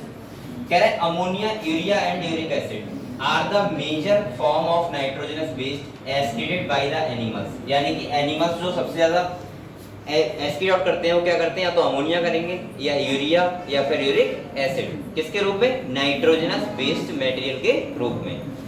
कह रहा है बेटा ammonia is the most toxic, मैंने कहा सबसे ज्यादा टॉक्सिक क्या होता है, अमोनिया, उससे कम यूरिया और सबसे कम यूरिक एसिड। तो कह रहा है form and require large amount of water for its elimination, मैंने कहा था यहाँ वाटर बहुत ज्यादा जरूरी होता है। और कह रहा है बेटा whereas uric acid being the least toxic can be remove with a minimum loss of water. तो सिंपल सा कह रहा है अगर कोई एनिमल अमोनिया को एक्सक्रीट आउट कर रहा है तो उसके पास पानी बहुत ज्यादा होना चाहिए, और दूसरा कह रहा है अगर कोई यूरिक एसिड कर रहा है तो उसके पास पानी कम होगा, चलेगा आराम से, ठीक है। ये कह रहा है, कह रहा है प्रोसेस ऑफ एक्सक्रीटिंग अमोनिया क्या बोलते हैं उसको, अमोनोटैलिन, और ऐसे एनिमल को क्या बोलते हैं, अमोनोटैलिक। ये सब मैंने लिखवा दिया है, हालांकि आप लोग खाली सब पढ़ लेते हैं इसको। कह रहा है अब देखो यहाँ पे कह रहा है बोनीफिश, एक्वेटिक एम्फीबियंस और एक्वेटिक इंसेक्ट क्या होते हैं, अमोनोटैलिक, यहाँ इस तरह तो इंपॉर्टेंट है। अगले कह रहा है बेटा ammonia as it's readily soluble generally acid by diffusion across body surface और थ्रू गिल सरफेस। आपको पता है मछलियों में क्या होता है, इसके लिए गिल्स होते हैं, बॉडी सरफेस पर हो सकता है या गिल से हो सकता है। अगले कह रहा है ammonium ions kidney do not play any significant role in its removal, इसमें किडनी का कोई रोल नहीं होता है। कह रहा है टेरेस्ट्रियल एडेप्टेशन, जो टेरेस्ट्रियल पे रहते हैं मतलब स्थल पे रहते हैं, तो कह रहा है production of lesser toxic nitrogen waste like urea and uric acid for conservation of water. अब ये यूरिया में कन्वर्ट क्यों होता है यूरिक एसिड में, इससे पानी को हम बचा सकें। अगर मान लीजिए आप लोग अब चलो मैमल्स की कोई बात नहीं, हम लोगों को ज्ञान है इतना। अब हम बात करें इसके पास, जैसे कोई एनिमल है, सही है, उसके पास किडनी है, तो किडनी होगी तो बेटा वो पानी अगर उसे नहीं मिलेगा तब भी वो सर्वाइव कर जाएगा। अगर किडनी ना होती मान लिया, या वो यूरिया का एक्सक्रीट नहीं करता, तो इसका मतलब पता है क्या होता? अगर उसे पानी नहीं मिला तुरंत मर गया। जैसे अगर हमें ऑक्सीजन ना मिले तुरंत मर जाएंगे, तो ऐसे वाटर ना मिलता तो तुरंत मर जाता आदमी। लेकिन ऐसा नहीं होता है, क्योंकि हम यूरिया को एक्सक्रीट करते हैं और हमें बेसिकली हमारे अंदर एक मैकेनिज्म होता है, काउंटर करंट मैकेनिज्म। क्या होता है? काउंटर करंट मैकेनिज्म, जिसके थ्रू हम लोग पानी को कंजर्व कर सकते हैं। मतलब अगर कम भी पियोगे तो पानी चलेगा, ठीक है। और हमारी किडनी ऐसा वर्क कर रही है और जिससे पानी हमारा क्या हो रहा है? बच रहा है। हालांकि बचाने का मतलब नहीं बनता, लेकिन मैं कह रहा हूँ अगर आपको पानी कम मिल रहा है तभी हम सर्वाइव कर जाएंगे। लेकिन अगर किडनी ना होती तो क्या सर्वाइव कर पाते हैं आप लोग? नहीं, आपको पानी चाहिए ही होता। सही है, ठीक है। अगले देखो, कह रहा है mammals, many terrestrial, amphibians and marine fish. यहाँ भी स्टार बनाओ बेटा। मैमल्स, मैनी टेरेस्ट्रियल, एम्फीबियंस हो गए जो टेरेस पर रहते हैं, इस तरफ रहते हैं, और कह रहा है मैरीन फिश, मैरीन मतलब समुद्री मछलियाँ। कह रहा है mainly excrete urea and are called ureotelic. अच्छा, हम लोग यूरिया समझ पा रहे हो? यूरिया, यूरिया वही बात हो रही है जो खेत में लगाते हैं हम लोग यूरिया, ठीक है, और कोई नहीं है। एक आदमी लगभग 25 से 30 ग्राम यूरिया एक दिन में करता है बॉडी से रिमूव। समझ रहे हो? आप लोग समझ सकते हो। जैसे हमें देखा होगा तालाब किनारे जो खेत होते हैं, गाँव में होते हैं, जो तालाब किनारे के क्या होता है? ज़्यादा अच्छी फसल होती है, क्योंकि उसमें यूरिया फ्री का मिल रहा है, पूरा गाँव यूरिया ही दे रहा है, इसीलिए।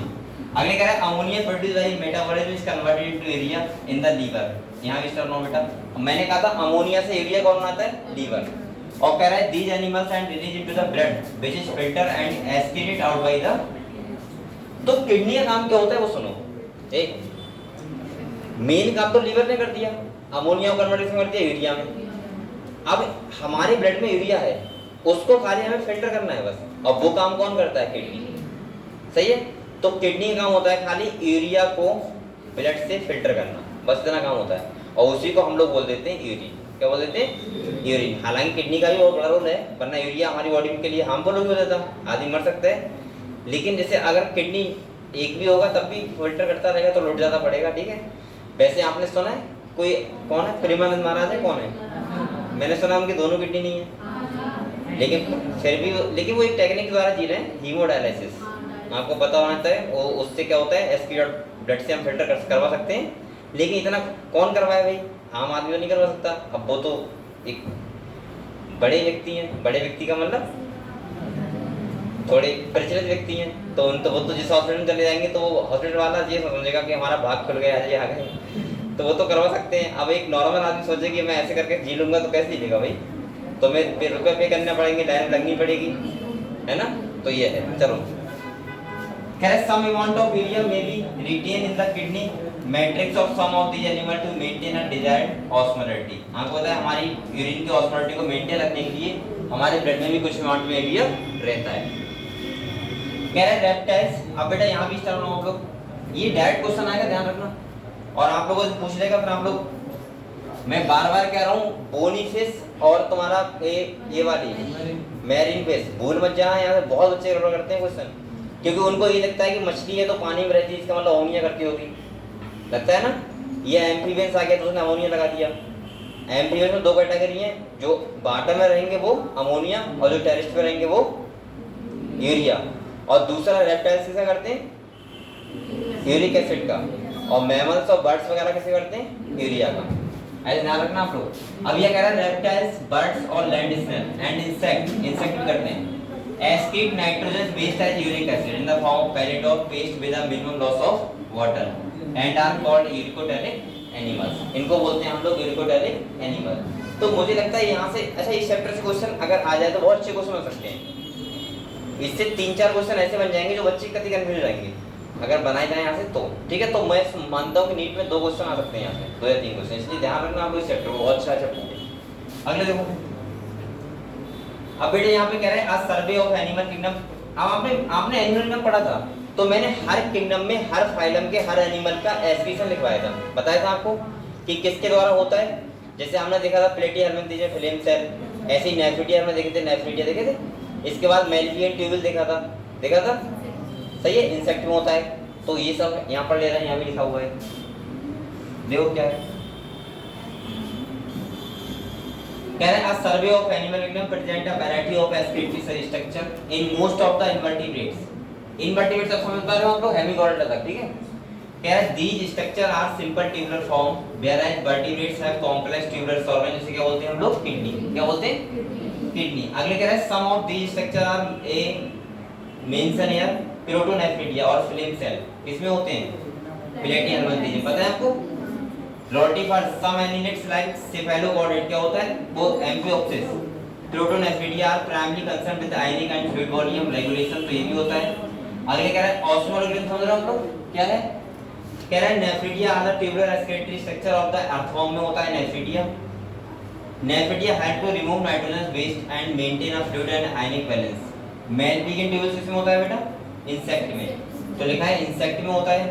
और कह रहा है Malpighian tubules help in the, नहीं बार-बार लिख रहे हैं ये बात। अगले कह रहा है बेटा एंटीरियर ग्लैंड किसमें होता है, ग्रीन ग्लैंड किसमें होता है, क्रस्टेशियंस लाइक प्रॉन में। तो आप लोग एक काम करना, घर जाके ये साइड वाला जगह है, यहाँ पर आप लोग इसे प्रोटोनेफ्रिडिया डाला, सही है, जो यहाँ लिखे हुए हैं उनके एग्जाम पे डैश लगा के लिख देना साथ-साथ, ठीक है। जब भी क्वेश्चन आए खाली वो ये पूछेगा कि बताओ एस्केलेटरी ऑर्गन क्या होगा, और कुछ नहीं पूछेगा, ठीक है। इसमें और क्या ही पूछ सकता है वो। अगले देखो, अब हम करते हैं ह्यूमन एस्केलेटरी सिस्टम के बाद जो मैंने डायग्राम बनाया था वो ये है, देख लो एक बार अच्छे से। इसमें क्या है, किडनी है, बल पेयर, लेफ्ट किडनी थोड़े ऊपर है ना, और अगले कह रहा है ये यूरेटर है जिससे यूरिन जाता है, और ये क्या है, यूरिनरी ब्लैडर, ये हो गया यूरेथ्रा, ये हो गई तुम्हारी बीना कावा, इन लिख दिया है, हालांकि बीना कावा बोल सकते हो आप लोग। ये वेन्स हो गई, रीनल वेन, और ये हो गई रीनल आर्टरी। समझ गए आप लोग, क्लियर हुआ, ठीक। तो पढ़ लो इसे आप।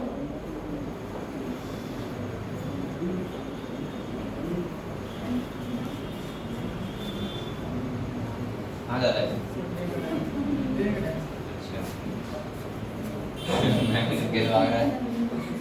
मैं तो देख रहा हूँ। अगले कह रहे हैं in humans the escalatory system consist, क्या होता है बेटा, एक पेयर किडनी, एक पेयर यूरेटर, एक क्या होता है ब्लैडर, और एक क्या होता है, अच्छा आपने ब्लैडर और कहाँ देखा था, ब्लैडर और में पढ़ा है, कौन सा, गॉल ब्लैडर नहीं पढ़ा था आपने, लीवर, वो लीवर होता है जिसमें बाइल स्टोर होता है डाइजेशन में, ठीक है। अगले कह रहा है किडनी आर रेडिश ब्राउन होता है, बीन शेप होता है स्ट्रक्चर, सिचुएटेड बिटवीन द, मैंने कहा क्या बोला था बेटा, last thoracic vertebra and third lumbar vertebra. इसके अगर आप लोग देखो वर्टिब्रल कॉलम से, देखो हम अपनी बॉडी का प्रत्येक पार्ट अगर यहाँ से नीचे का है वो वर्टिब्रल कॉलम से देखते हैं। जैसे थोरैसिक चैम्बर को क्यों बोलते हैं बताओ, क्योंकि जो चैम्बर है ये वाला थोरैसिक चैम्बर, इसमें लंग्स रखे हुए हैं, इसके पीछे जो वर्टिब्रा होंगे वो कौन से होंगे, थोरैसिक। ऐसे गर्दन वाला हमारा होता है रीजन, उसको बोलते हैं सर्वाइकल वर्टिब्रा। तो ऐसे हमने देख लिया लंबर, ले लिखा है लंबर वर्टिब्रा, मतलब वर्टिब्रल कॉलम देखते हैं हम लोग। कह रहा है to the dorsal inner wall of the abdominal cavity, abdominal cavity कौन सी होती है, पेट वाला ये रीजन। कह रहे हैं each kidney of an adult human कितना होता है, 10 से 12 सेंटीमीटर लंबा होता है, 5 से 7 सेंटीमीटर विड्थ होता है, और 2 से 3 सेंटीमीटर क्या होता है, thickness. With an average weight कितना होता है, 120 से 170 ग्राम। तो नॉर्मल ज्यादा वजन भी नहीं होता है और ज्यादा बड़ा भी नहीं होता है, छोटा सा किडनी होता है हमारा। कह रहे toward the centre of inner concave surface of the kidney is अ नोच, जिसे क्या बोलते हैं, हाइलम। हाइलम मैंने कहा था वो एरिया होता है जहां से कोई चीज बाहर निकलती है, नर्व हो गया, ब्लड वेसल्स हो गया, उस एरिया को क्या बोलते हैं हम लोग, हाइलम, ठीक है, ध्यान रखना। और कहां पढ़ा था हमने बताओ, हाँ सीढ़ी में पढ़ा था हाइलम, डाइकोट में पढ़ेंगे, जहां से कोई चीज निकलती है बाहर होती है उसे बोलते हैं हाइलम। कह रहा है विच यूरेटर ब्लड वेसल लिखा भी है, एंड नर्व्स एंटर, जहां से क्या करती है ये सब एंटर करते हैं। अब देखो बेटा ये वाला डायग्राम देख लो एक बार आप लोग, ये किडनी का इंटरनल स्ट्रक्चर दिखाया गया है कैसा होता है, ठीक है, सेक्शन काट के दिखाया गया है ये वाला। तो यहाँ पे क्या कह रहा है, देखो ये तो हो गया वेन, ये हो गया आर्टरी।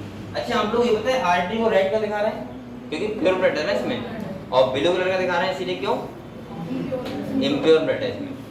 अगले देखो ये वाला रीजन होता है रीनल पेल्विस, ये लिखा हुआ है, ये यहाँ से निकला हुआ, इससे निकला है जो, वो क्या निकला है, यूरेटर। ये कहाँ जाएगा, यूरिनरी ब्लैडर में, कहाँ जाएगा। इसके बाद इनको क्या बोलते हैं बेटा, देखो ये बताओ, ये बाहर वाला जो आउटर साइड होता है इसको बोलते हैं कॉर्टेक्स और बीच वाला रीजन क्या बोलते हैं मेडुला। ये तो आपको पता ही होगा। मान लिया अगर कोई जैसे बॉल है, बॉल की मिडिल वाली साइड क्या होगी मेडुला, और चारों तरफ का ये क्या होगा कॉर्टेक्स, ऐसे इसमें होता है।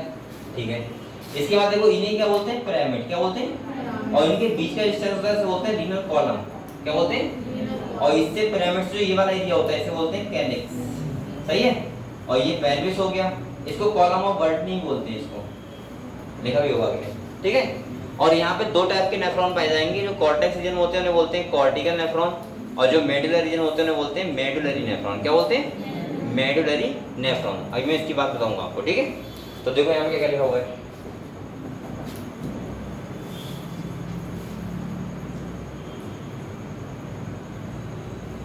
यहाँ तक पढ़ लिया था ना लोग?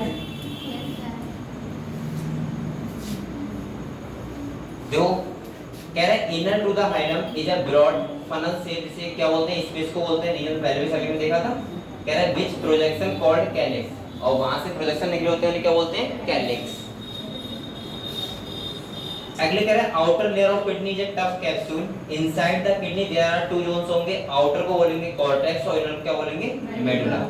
कह रहा है medulla is divided into a few conical masses, इसे बोलते हैं मेडुलरी पिरामिड, यानी कि मेडुलरी पार्ट होता है वो पिरामिड में डिवाइड होता है छोटे-छोटे। ठीक है, कह रहा है projecting into the calyx the cortex extend between the medullary pyramid as renal column, जिसे हम लोग बोलते हैं कॉलम ऑफ बर्टनी। तो आपने क्या देखा, ये मेडुला रीजन है, ये कॉर्टेक्स रीजन है, मेडुलरी रीजन में जो डिवाइड है वो पिरामिड में है। इसके बाद ये क्या है रीजन पेल्विस बीच वाला रीजन, और पेल्विस जो प्रोजेक्शन निकले उन्हें क्या बोलते हैं कैलिक्स। ठीक है, इतना आप लोगों ने पढ़ा है। अब कह रहे हैं each kidney has nearly 1 million, मैंने कितना बताया था बेटा, जिसे क्या बोलते हैं नेफ्रॉन। मतलब एक किडनी में कितने होते हैं 1 मिलियन नेफ्रॉन होते हैं, यानी कि 10 लाख। सोचो कितने छोटे होंगे, और हमने कितना बड़े करके देखा था ना पूरे, लेकिन इतना छोटा होगा कि आपको आंखों से शायद दिख जाएगा, मुझे लग रहा है आंखों से दिख जाएगा, लेकिन बहुत ही छोटा होगा। अभी मैं आपको रियल डायग्राम दिखाऊंगा। ठीक है, क्रोम पे चलेगा। कह रहा है which are the functional unit of each nephron has 2 part. अब आप लोग बताओ, यहाँ पे कह रहा है कि जो नेफ्रॉन होता है वो क्या होता है, किडनी का फंक्शनल यूनिट होता है। क्या होता है, फंक्शनल यूनिट। मतलब अगर किडनी में कोई फंक्शन कर रहा है तो कौन करता है, नेफ्रॉन करता है। ठीक है, तो इसका मतलब ये है कि मैं अगर एक नेफ्रॉन का फंक्शन पढ़ लूँ तो क्या मैं पूरी किडनी का फंक्शन नहीं पढ़ लूंगा, बस। तो हमें नेफ्रॉन का फंक्शन पढ़ना है, किडनी का फंक्शन हो जाएगा। देखो क्या कह रहा है, अब ये कह रहा है नेफ्रॉन के 2 पार्ट हैं बेटा, इसमें 2 पार्ट बताएं। कौन से, पहला बताया ग्लोमेरुलस और दूसरा बताया रीनल ट्यूब्यूल्स। आप लोग बताओ, ऐसे बोल सकते हो कोई बात नहीं। ग्लोमेरुलस क्या होगा, गुच्छा ऑफ कैपिलरी, जो आया था अफरेंट आर्टरी आया था वो कैपिलरी का गुच्छा क्या बोलते हैं ग्लोमेरुलस। और दूसरा कैसे बताया बेटा, रीनल ट्यूब्यूल्स। रीनल ट्यूब्यूल्स का मतलब वुमेन्स कैप्सूल हो गया, पीसीटी हो गया, descending hand loop, ascending hand loop, DCT, ये सब पार्ट हो गए। ठीक है, तो देखो यहाँ पे क्या कह रहे हैं, कह रहे हैं glomerulus is a tuft of capillary formed by the afferent arteriole। कौन सा, afferent जो आता है। और कह रहे हैं a fine branch of renal artery blood from the glomerulus is carried away by an efferent arteriole। मतलब जो ब्लड आता है और वहाँ पे कैपिलरी का गुच्छा है, उसके बाद जाता है, तो आता है उसको बोलते हैं एफरेंट, और जाता है उसको क्या बोलते हैं इफरेंट, और बीच में एक गुच्छा का कैपिलरी उसको बोलते हैं ग्लोमेरुलस। समझ गए। अच्छा, डायमीटर बेटा ज्यादा कम होता है, एफरेंट का डायमीटर ज्यादा होता है, एफरेंट का होता है कम, जिससे बीच में एक प्रेशर लग पाए, और प्रेशर लगेगा तभी तो कोई फिल्टर होगा कोई चीज। अभी बताऊंगा आपको, ये बताऊंगा, टेंशन नहीं ले रहे हो। यहाँ देखो, ये है तुम्हारा क्या नेफ्रॉन। ये थोड़ा कठिन नहीं लग रहा है आपको, तो आप बना नहीं पाते, इसलिए मैंने थोड़ा सिंपल ये बताया। यहाँ देखो, बताओ बेटा, इसका डायमीटर ज्यादा है ना, तो ये क्या है अफरेंट, और इसका डायमीटर कम है, ये क्या है इफरेंट। इसका डायमीटर ज्यादा इसलिए होता है, आप लोग बताओ, अगर मैं एक तरफ का डायमीटर ज्यादा कर दूं और एक तरफ का कर दूं कम, तो यहाँ प्रेशर ग्रेडियंट नहीं होगा, होगा नहीं होगा, और प्रेशर होगा तभी तो यहाँ फिल्टर चीजें होंगी, और मुझे तो यहाँ फिल्टर करना है ना। समझ गए। यहाँ तो ऐसा तो है नहीं कि मैं कोई मोटर लगाया हुआ हूँ, भाई करंट दे रहा हूँ तो फिल्टर हो रहा है, ये तो नॉर्मल चल रहा है। दूसरा हम बोल सकते हैं कि ये वाला क्या है, ये वाला वुमेन्स कैप्सूल बताया था आपको, और गुच्छा ऑफ कैपिलरी क्या है ग्लोमेरुलस। इसके बाद जो पहला घुमा हुआ पार्ट है देखो, ये है पीसीटी, प्रॉक्सिमल कॉन्वोल्यूटेड, और इसके बाद जो ये नीचे जा रहा है इसे बोलते हैं डिसेंडिंग हैंड लूप। सही है।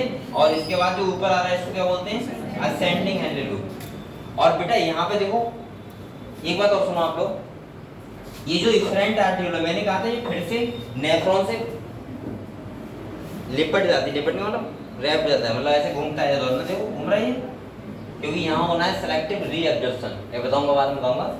और इसके पैरेलल एक ये चलती है तो इसको बोलते हैं बासा रेक्टा। क्या बोलते हैं, बासा रेक्टा। ये लिखो, ये डिसेंडिंग हो गया। और ये वाला पार्ट बताओ कौन सा है बेटा, डिस्टल कॉन्वोल्यूटेड ट्यूब्यूल्स। और ये वाला जो बाद में ये क्या है, कलेक्टिंग डक्ट। एक बात और सुनो, इसको कलेक्टिंग डक्ट क्यों बोल रहे हैं, क्योंकि बहुत सारे नेफ्रॉन भी जुड़े होंगे यहाँ से, इसीलिए बोल रहे हैं इसको कलेक्टिंग डक्ट। ठीक है, यहाँ तक क्लियर हुआ, नेफ्रॉन क्लियर हुआ। ठीक है, पढ़ लेते हैं इसके बारे में।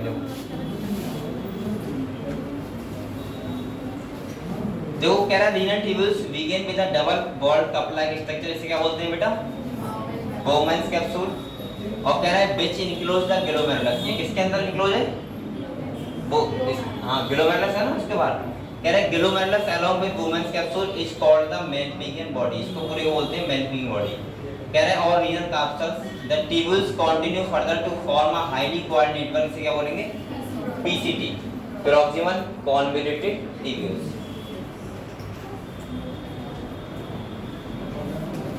इतना हो जाएगा। ये देखो मेलपिगियन बॉडी इसको बोलना है इतने को, सही है, ग्लोमेरुलस और बोमेंस कैप्सूल।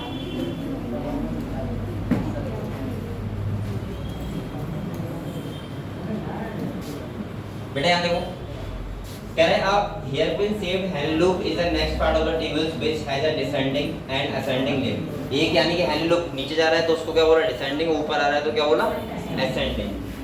कह रहे हैं the ascending limb continue as another highly coiled tubular region, जिसे हम लोग बोलते हैं डिस्टल कॉन्वोल्यूटेड ट्यूब्यूल्स यानी कि डीसीटी। क्या बोलते हैं, तो पहले यहाँ पे क्या था, सुनो, glomerulus, बोमेंस capsule, PCT, descending hand loop, ascending hand loop और डीसीटी। कह रहे हैं DCT of many nephron open into a straight tube, इसे क्या बोलते हैं, कलेक्टिंग डक्ट, जहाँ पे बहुत सारे नेफ्रॉन क्या होते हैं, इकट्ठे होते हैं, मतलब लेके वो नेफ्रॉन ब्लड को लेके आते हैं यूरिन। अगले क्या है बेटा, बोलकर है many of which converts and open into the renal pelvis through medullary pyramid in the calyx। समझ गए हम लोग जरा। अगले देखो कह रहा है Malpighian capsules PCT and DCT of the nephron are situated in the cortical region of the kidney whereas the loop of Henle dips into the medulla। ये आपको समझ में आ जाएगा, मेडुला का मतलब है नीचे तक आता है। देखो यहाँ पे, इधर देखो, जैसे मैं अगर यहाँ पे दिखाऊं आपको, चाहे ये देख लो आप लोग, ये देखो आप लोग, अगर मान लीजिए ये नेफ्रॉन है, क्या है, तो ऊपर वाला पार्ट रहता है कॉर्टेक्स रीजन में और नीचे, क्योंकि नीचे आता है ना, तो लूप ऑफ हैंले और कलेक्टिंग डक्ट दोनों किस में रहते हैं, मेडुला पार्ट में। ये लिखा है, बस भाई ये बात कर रहा है।